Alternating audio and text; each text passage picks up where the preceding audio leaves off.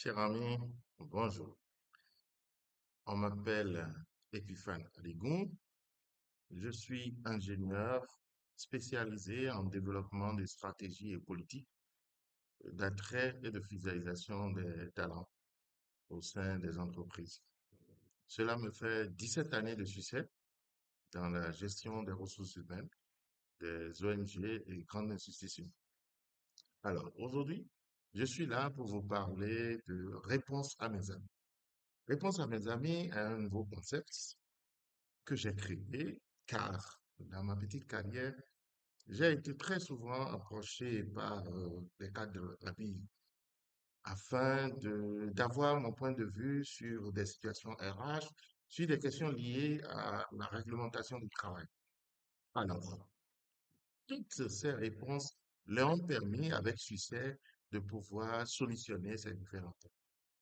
Évoluant ainsi, je me suis dit, toutes ces réponses apportées aux amis qui ont eu du succès peuvent également servir d'autres personnes qui sont dans le besoin et pouvoir donner ma part, ma contribution sincère dans le domaine RH.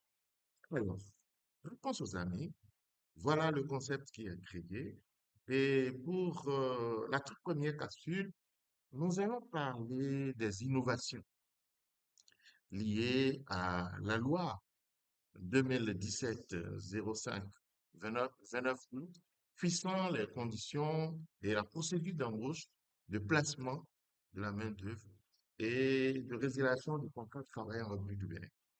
Il faut rappeler que c'est une loi qui est répartie en 8 titres et dans le cadre de cette capsule, nous allons examiner les innovations que cette loi a introduites dans la législation du Bénin et qui porte notamment sur plusieurs aspects, dont celle qui nous intéresse aujourd'hui, c'est la période d'essai.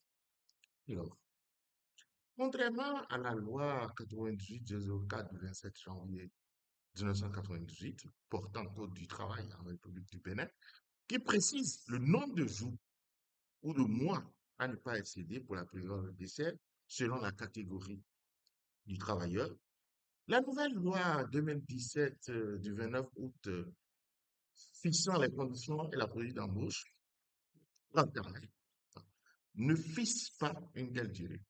Elle dispose simplement à son article 9 que la durée de la période d'essai, renouvellement éventuel compris, pour chaque catégorie de travailleurs est déterminée en fonction du délai nécessaire pour mettre à l'épreuve le travailleur et tenant compte de la technicité et de l'usage de la profession. Ce qui veut dire que cette fois-ci, cette nouvelle loi, en ce qui concerne cet aspect qu'il révolutionne, la période d'essai, laisse ainsi aux parties de déterminer la durée convenable dans les conventions et accords collectifs. Toutefois, les bonnes pratiques qui contribuent quand même à l'amélioration des conditions de vie au travail attirent l'attention sur une question comme celle-ci.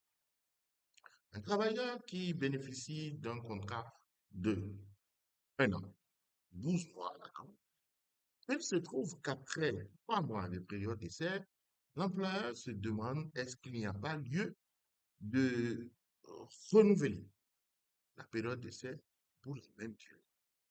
Alors, ce qui revient à ce que, si c'est fait, le travailleur aura 6 mois de période d'essai sur 12 mois. Vous voyez que là, la loi n'interdit pas cela.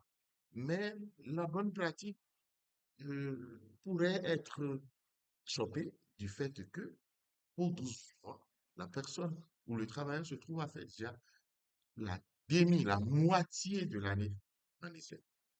Et donc, ça pourrait créer des questions de confiance et de malaise au niveau de ce travail.